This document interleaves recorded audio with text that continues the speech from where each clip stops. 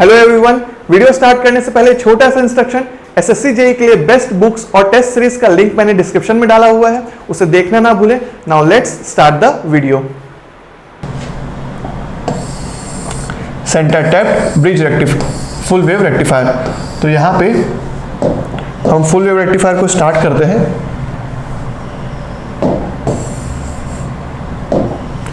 Full wave rectifier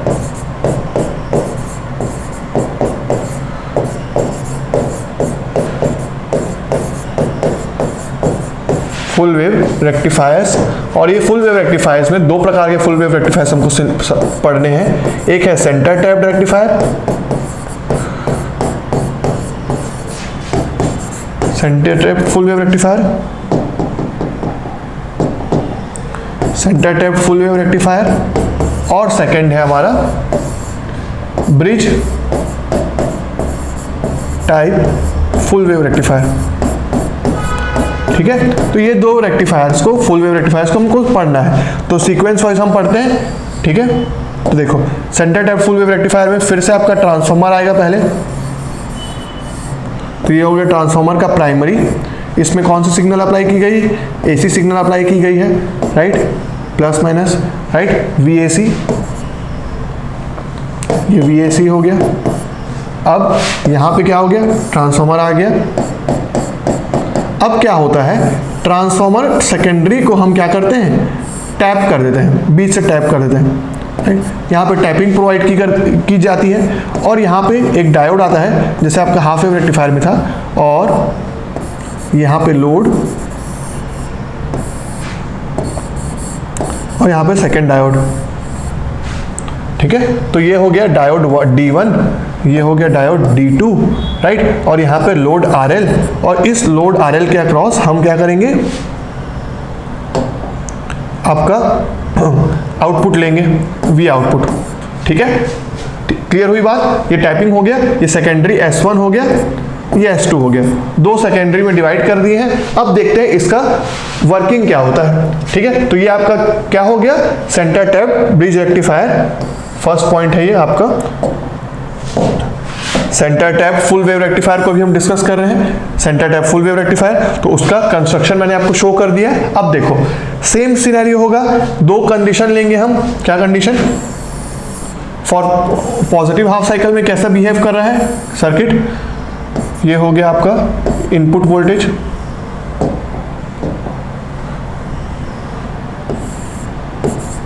ठीक है। तो ये वीन हो गया एसी सप्लाई, जिसका मैक्सिमम वैल्यू Vm, राइट। अब ये सेम चीज होगा, पाई टू 2 पाई तक वेरी कर रहा है ये,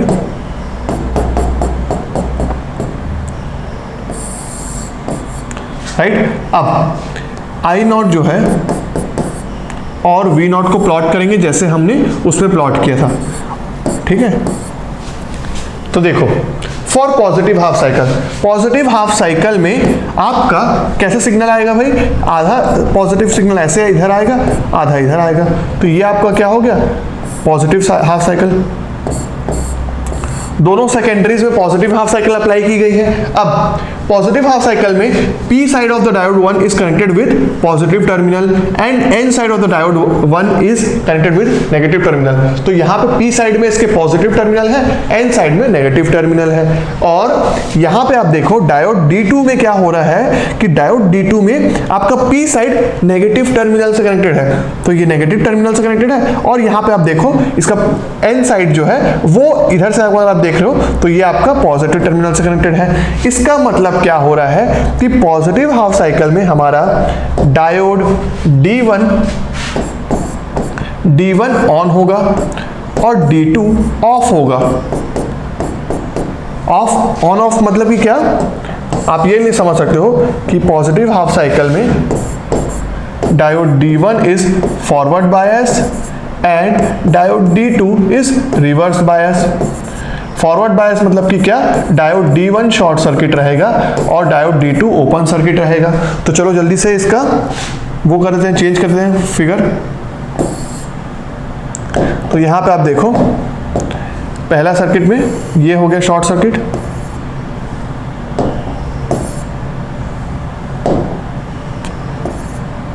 यहाँ पे डायोड D1 शॉर्ट सर्किट हो गया, ठीक है। D1 ये short circuited, positive forward bias था वो, और यहाँ पे ये हो गया ओपन सर्किट है, ठीक है। Diode D2 is open circuited. अब देखो पॉजिटिव हाफ साइकिल में आप देख सकते हो कि यहाँ पे ये एक क्लोज्ड पाथ है, ये क्लोज्ड पाथ है, तो करंट यहाँ पे आराम से फ्लो कर पाएगा। पर यहाँ पे ओपन सर्किट आ गया है तो यहाँ पे करंट आपका फ्लो नहीं करेगा। तो अपर साइड में करंट फ्लो हो रहा है, राइट, अपर साइड में करंट आपका फ्लो हो रहा है। क्लियर हुई बात?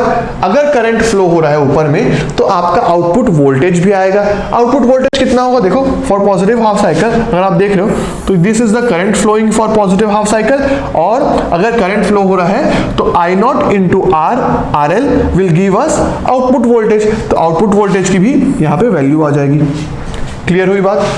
ठीक है, तो ये कहानी थी पॉजिटिव हाफ साइकिल के केस में। अब जैसे कि पॉजिटिव हाफ साइकिल को हमने डिस्कस किया, उसी कॉन्सेप्ट से अब हम डिस्कस करते हैं नेगेटिव हाफ साइकिल को। ठीक है, तो नेगेटिव हाफ साइकिल में क्या होने वाला है कि आपका नेगेटिव सप्लाई जब आप दोगे तो डायोड डिफरेंटली बिहेव करेगा। इसका मतलब कि क्या कि यहाँ पे ये आपका हो गया नेगेटिव हाफ साइकिल, ठीक है, ये आपका हो गया नेगेटिव हाफ साइकिल। तो यहाँ पे आप देखो डायोड के, यहाँ पे आपका डायोड था,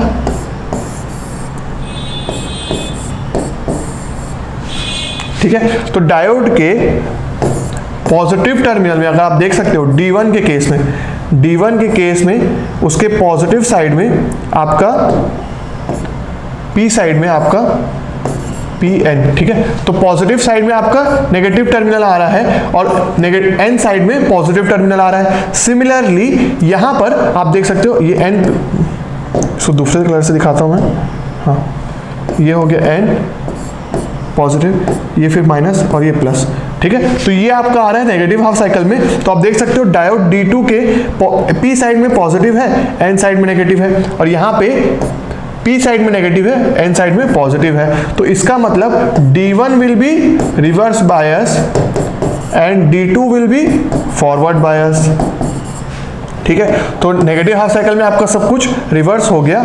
तो यहाँ पे आप देख सकते हो, इसको लिख सकते हो D1 आपका रिवर्स बायस है और D2 आपका फॉरवर्ड बायस है। तो ये क्या हो गया? ओपन सर्किट हो जाएगा और ये शॉर्ट सर्किट हो जाएगा, क्योंकि हम आइडियल डायोड ले रहे हैं। तो वापस सिनेरियो क्या होगा? अगर मैं इसको फिर से ड्रॉ करता हूं पूरा,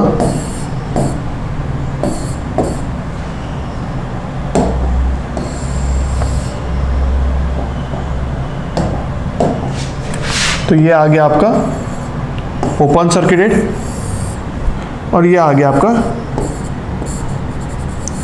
शॉर्ट सर्किट, ठीक है। तो diode D2 is short circuited और ये आपका ओपन सर्किट D1, राइट। तो अब देखो यहाँ पे अपर पार्ट में तो कोई करंट फ्लो ही नहीं होगा, क्योंकि ओपन सर्किट आ गया तो करंट ऊपर जीरो फ्लो हो रहा है। पर यहाँ पे देखो, यहाँ पे तो सर्किट पूरा कंप्लीट है, क्लोज्ड पाथ है, तो यहाँ पे आपका करंट फ्लो होगा।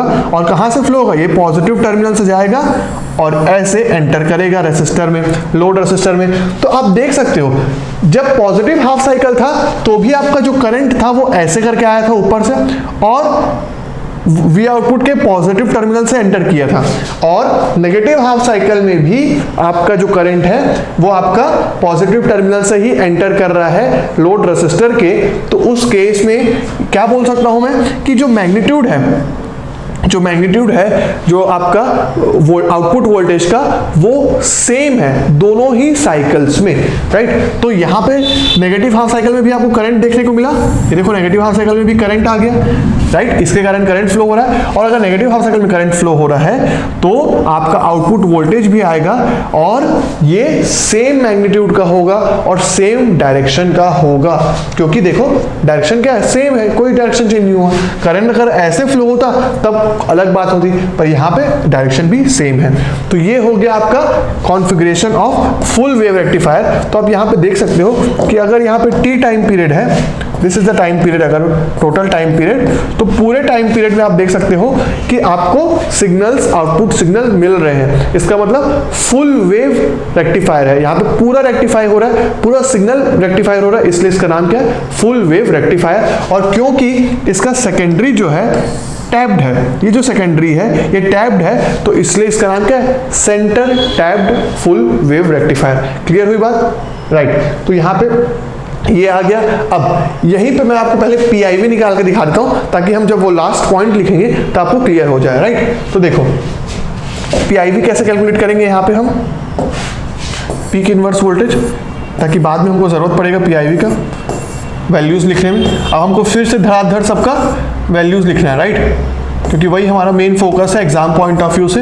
यहाँ पे मैंने आपको वर्किंग समझा दिया पूरा, ठीक है, वेवफॉर्म भी दिखा दिया। और इस वेवफॉर्म से अगर आपको वैल्यूज निकालना सीखना है तो आपको मनीषा दी का लेक्चर 1 देखना पड़ेगा, एसी फंडामेंटल्स का, उससे आपको कैलकुलेशन पार्ट भी आ जाएगा और उसकी वैल्यूज मैं यहाँ पे नोट करवा रहा हूँ। ठीक है, हुई बात? अब देखो ओपन सर्किट केस है, तो यहाँ पे आप देखो, यहाँ पे वोल्टेज कितना आ रहा है हमारा, यहाँ पे वोल्टेज आ रहा है minus plus, reverse bias condition की बात कर रहा हूँ, तो यहाँ पे minus plus Vm, maximum value कितनी आ रही है, माइनस प्लस Vm। अब यहाँ पे क्योंकि करंट फ्लो हो रहा है, तो यहाँ पे भी कुछ ड्रॉप होगा रेसिस्टर में ड्रॉप होगा, मतलब कि क्या, V output will be equal to Vm, right, क्योंकि करंट तो नॉर्मली फ्लो हो रहा है ना भाई, तो यहाँ पे भी Vm ड्रॉप हो रहा है, right, V output is equal to Vm, जितना वोल्टेज था वो आ गया यहाँ पे। ये सेकेंडरी साइड में जितना वोल्टेज अप्लाई कर रहे थे आप, ये Vm का सेकेंडरी साइड में आपका ये जो Vm सिग्नल था, इसका जो ये पीक वैल्यू था Vm, वो आपका कहाँ पे आ गया, V आउटपुट में आ गया, क्योंकि ये आपका D2 जो था वो शॉर्ट सर्किटेड था, तो उसमें करंट फ्लो करवाकर यहाँ पे ड्रॉप हुआ और आउटपुट वोल्टेज आ गया Vm।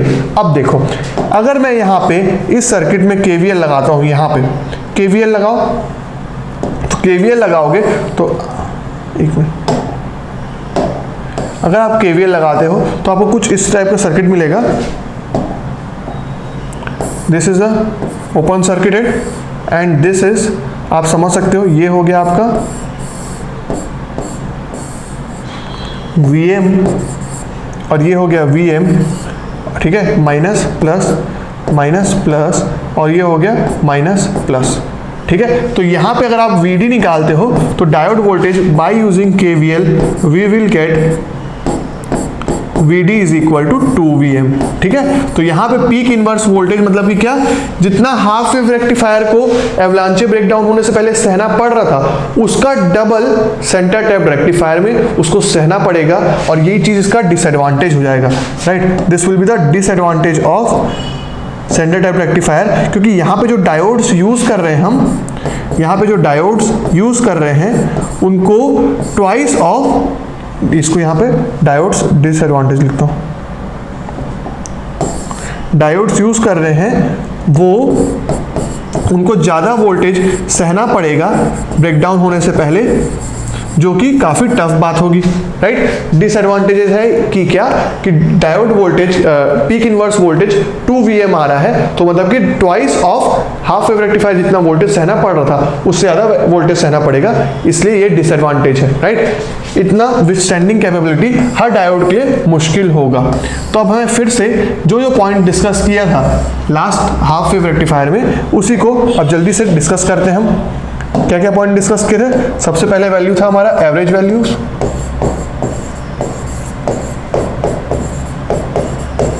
First will be average value.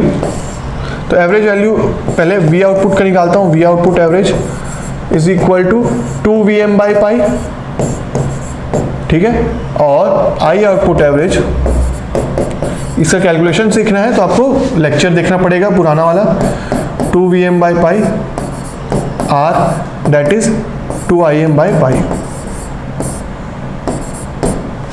ठीक है, right. Second is RMS value,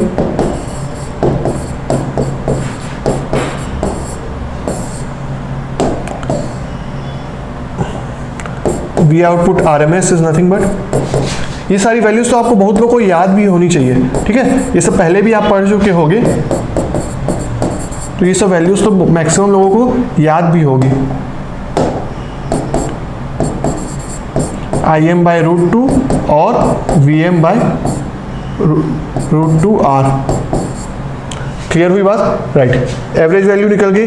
next sequence क्या था हमारा? जब ये दोनों वैल्यूज निकल जाएंगी तो हमको क्या निकालना पड़ेगा? इनका फॉर्म फैक्टर। फॉर्म फैक्टर, तो form factor is nothing but RMS upon mean. तो इसको अगर आप सॉल्व करते हो तो कितना आएगा? देखो Im/√2 और यहाँ पे हो गया 2Im/πr, तो इसको करके देखते हैं एक बार। ये हो जा रहा है 2√2/πr है क्या? एक बार चेक करता हूँ, सॉरी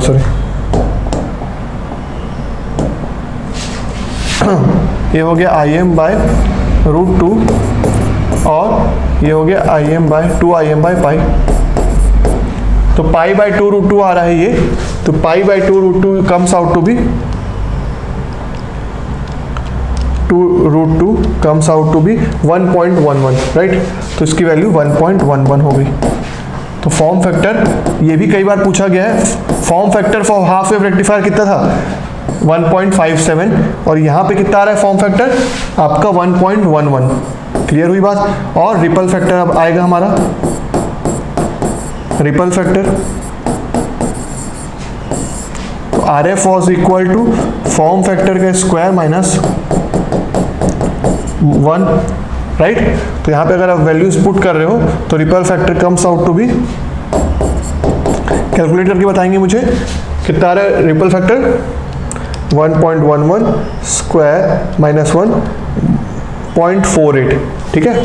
तो यहाँ पे आ रहा है 0.48, तो ये आ गया आपका रिपल फैक्टर्स। क्लियर हुई बात? यहाँ पे ripple factor comes out to be 0.48, वहां पे कितना आया था चेक करते हैं।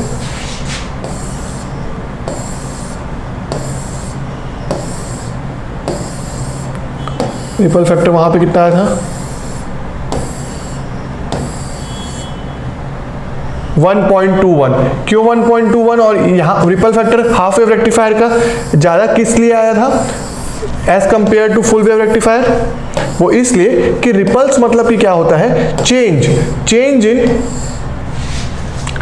इन maximum value to minimum value. जो आपका वेवफॉर्म है, अगर आप देख रहे हो ये आपका वेवफॉर्म है, तो ये जो आपका रिपल्स, इसको बोलते हैं रिपल्स, ठीक है। तो ये जो चेंज हो रहा है मैक्सिमम और मिनिमम वैल्यू का, ये रिपल्स होता है, ये रिपल्स होता है। तो रिपल्स आप देख सकते हो इन केस ऑफ आपका हाफ वेव रेक्टिफायर में सेकंड हाफ जो था वो 0 हो गया था, तो आधा सिग्नल ही गायब हो गया था, इसलिए उसमें रिपल्स ज़्यादा थे। और यहाँ पे रिपल फैक्टर कम इसलिए आ रहा है, जो कि हमको डिजायरेबल है कि कम रिपल आए। तो वो क्या हो रहा था यहाँ पे आपको कम इसलिए हुआ क्योंकि आपका सेकेंड हाफ भी आया, और यहाँ पे आपका देखो पूरा सिग्नल था, यहाँ पे पूरा सिग्नल था। अगर आप एक हाफ वेव रेक्टिफायर में कंसीडर करोगे तो ये कुछ इस प्रकार से था, इस प्रकार से। तो कितने सारे रिपल्स दिख रहे हैं, यहाँ पे एकदम से 0 हो गया है, पर यहाँ पे आप देखो आपका सिग्नल बीच बीच में आ रहा है, तो उतना एडजस्टेबल है, तो यहाँ पे रिपल्स कम हो गए हैं आपके as compare to half wave rectifier, right. Ripple factor हो गया। Next was our peak factor, right. Sequence disturb नहीं करना है हमको, तो यहाँ पे आ गया 5th peak factor.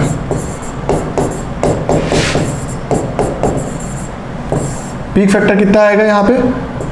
Peak factor was equal to peak upon RMS, right. तो पीक कितना है हमारा? Im अपॉन कितना? Im/√2। तो कितना हो गया? ये आ गया √2, राइट। तो पीक फैक्टर आ गया √2 1.41, ठीक है। पीक फैक्टर आ गया 1.21 ना, हाँ 1.41। Peak factor is 1.41। Now peak factor के बाद हम क्या डिस्कस किए थे? Rectification efficiency, right. 6th point is rectification efficiency, जिसका फॉर्मूला क्या होता है? फॉर्मूला देखो पीछे से कि power delivered to load power delivered to load upon AC input power. तो यहाँ पे आप देखोगे तो इसकी वैल्यू आपकी आएगी Vm by 2 Vm by pi. DC power delivered to load था ना, तो DC power delivered to load में क्या आएगा, VDC IDC, ठीक है, न्यूमरेटर हो गया VDC IDC, DC power delivered to load, और AC power delivered to load में मतलब क्या होगा, RMS वैल्यू क्या होगा, Vm by root 2 into Im by root 2। This comes out to be how much, this comes out to be 2 to the 4 8 by pi square, 8 by pi square, और वहां पे 4 bye pi square आया था। मतलब कि जितना rectification efficiency half wave rectifier का था उससे डबल आने वाला है हमारा फुल वेव रेक्टिफायर का, राइट। तो 8 by pi square which is comes out to B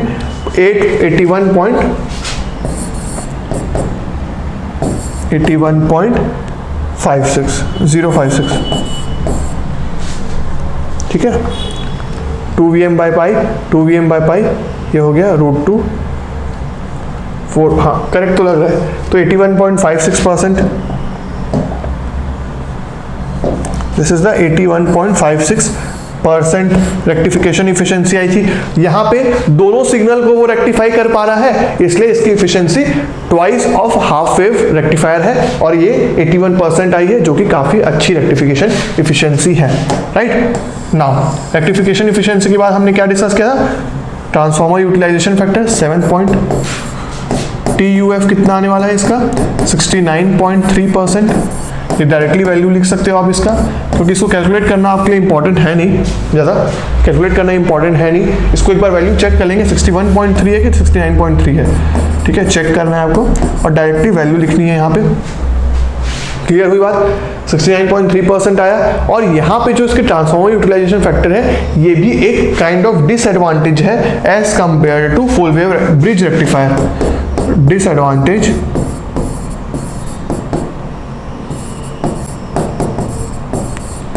as compare to bridge rectifier.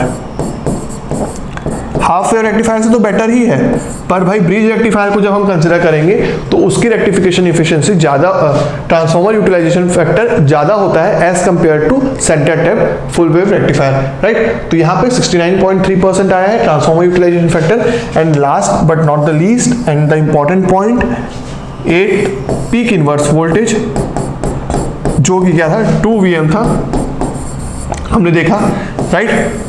2 Vm आया, एक तो आपका सेकेंडरी साइड में Vm आ गया था, और लोड साइड में करंट डायोड D2 के कारण Vm आ गया था, तो दोनों का KVL लगाए हम, तो कितना आ गया, 2 Vm आया डायोड के अक्रॉस मैक्सिमम रिवर्स या negative voltage that diode has to withstand before going avalanche breakdown, right. तो यहाँ पे 2 Vm आया, जो कि क्या है, अगेन डिसएडवांटेज है कि यहाँ पे डायोड्स को ज़्यादा हाई वोल्टेज के अक्रॉस रखा जा रहा है ना। अब ये जो सीक्वेंस हुआ, ये पूरा का कहानी था centre tap full wave rectifier का। Thank you everyone for watching this video till the end. Please like this video and share it with your friends. And if you are new to this channel, subscribe to our YouTube channel and don't forget to hit the bell icon to get the latest updates. SSC JEE के लिए best books और test series का link मैंने description में दे दिया है, और अगर आप हमारा टेलीग्राम चैनल ज्वाइन करना चाहते हैं तो उसका लिंक भी मैंने डिस्क्रिप्शन में और फर्स्ट कमेंट में दे दिया है। तो मिलते हैं नेक्स्ट वीडियो में, तब तक के लिए हैव अ गुड डे, सी या।